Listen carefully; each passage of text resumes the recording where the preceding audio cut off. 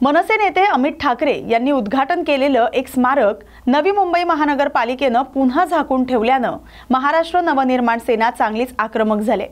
पालिकेच्या या कारवाईवर तीव्र नाराजी व्यक्त करत मनसेनं प्रशासनाला इशारा दिलाय। मनसेचे प्रवक्ते गजानन काळे यांनी या प्रकाराबद्दल तीव्र शब्दात टीका केली।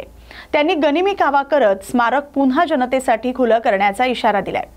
गजानन काळे यांनी भारतीय जनता पार्टी आणि महायुतीवरही टीका केली। ते म्हणाले, भाजप निवडणुकीच्या तोंडावर या पुतळ्याचं उद्घाटन करण्याच्या तयारीत होते। मनसेनं उद्घाटन केल्यामुळे ठाण्यापासून ते नवी मुंबईपर्यंत भाजप आणि महायुतीच्या पोटात दुखू लागले। स्मारक झाकण्याची कृती ही राजकीय द्वेषातून करण्यात आली असल्याचंही त्यांचा आरोप आहे। छत्रपती शिवाजी महाराजांचं स्मारक जे गेली वर्षभरापासून प्रतीक्षित होतं, अत्यंत घाणेरड्या कापडाने बंदिस्त असलेला महाराजांचा पुतळा अमित ठाकरे साहेबांनी 2 दिवसापूर्वी खुला केला, विधिवत पूजा केली, स्वच्छता केली। याची पोटदुखी ठाण्यापासून ते नवी मुंबईपर्यंत सत्ताधाऱ्यांना झाली आणि पालिका प्रशासनावर दबाव आणून ज्या पद्धतीने मोगलाई करून रात्री 3-3:30 वाजता चोर दरोडेखोरांसारखं परत एकदा हे स्मारक बंदिस्त केलंय। आपण कितीही प्रयत्न करा, गनिमी काव्याने परत एकदा महाराष्ट्र नवनिर्माण सेना हे स्मारक खुलं करेल एवढं मात्र निश्चित। बीजेपी वाल्यांवरती डास मारल्याचे सुद्धा गुन्हे दाखल नाहीयेत। महाराजांच्या सन्मानासाठी असे अनेक कायदे आणि असे अनेक गुन्हे घ्यायला निश्चितपणे आम्हाला अभिमान आणि गर्व आहे। 100% गनिमी काव्याने जर या स्मारकाचं लवकरात लवकर अनावरण झालं नाही, लोकार्पण झालं नाही, महाराष्ट्र नवनिर्माण सेना परत एकदा गनिमी काव्याने हे स्मारक खुलं करेल।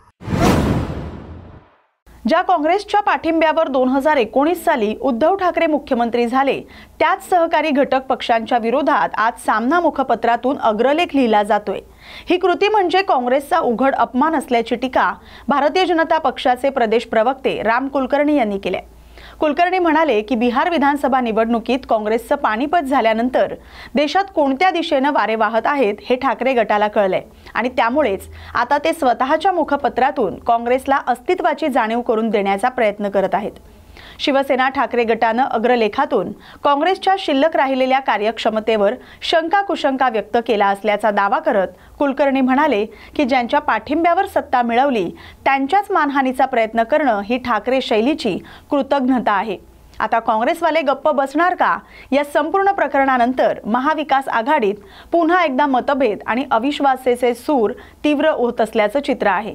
ठाकरे गटाला एक लक्षात आता निश्चित आलं की बिहार विधानसभेच्या निवडणुकीमध्ये काँग्रेस पक्षाचं पानिपत झालं आणि देशात आता जनमत काँग्रेसला अजिबात राहिलं नाही।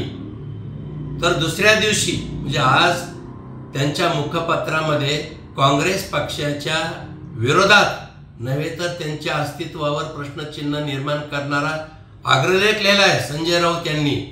मला त्यांना सांगायचं आहे की 2019ला उद्धव ठाकरे मुख्यमंत्री झाले तर काँग्रेस पक्षानं तुम्हाला पाठिंबा दिला म्हणूनच झाले।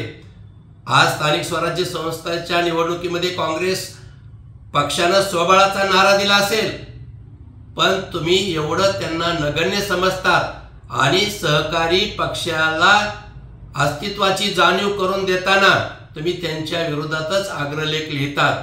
खरं म्हणजे आज ठाकरे शिवसेनेनं अग्रलेख लिहून काँग्रेस पक्षाचा जाहीर अपमान झालाय।